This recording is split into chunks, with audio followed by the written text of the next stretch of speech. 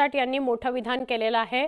नाशिकात शिवसेनेचा सलग 2 वेळा खासदार निवडून आलेला आहे। नाशिकची जागा शेवटपर्यंत आमचीच राहणार आहे।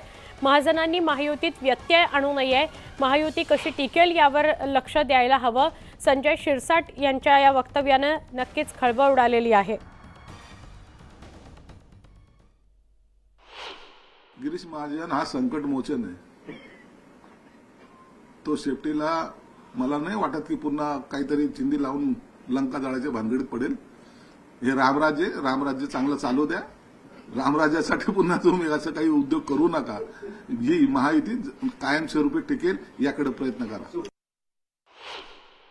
नाही, संभाजीनगरची जागा ही भाजपची आहे। एक लक्षात घ्या की या निवडणुकीच्या काळामध्ये अनेक उमेदवार अनेक नेत्यांना भेटत असतात, अनेकांची नावं चर्चेत येतात। अनेक ठिकाणी जर तुम्ही पाहिलं, जो मतदारसंघ त्यांच्याकडे नाही तरी त्यांनी त्यांचे काही इच्छुक किंवा जे कोणी फॉलोअर्स असतील ते नेत्यांना भेटतात। याचा अर्थ जागा सुटते असातला नाही।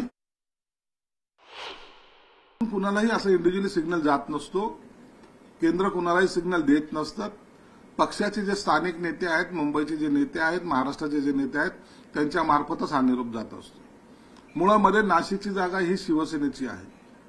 2 वेळाचा स्टँडिंग तिथे खासदार आहे, म्हणून आमचा सर्वांचाच आग्रह शिंदे साहेबांकडे हा होता की ही जागा सोडू नये।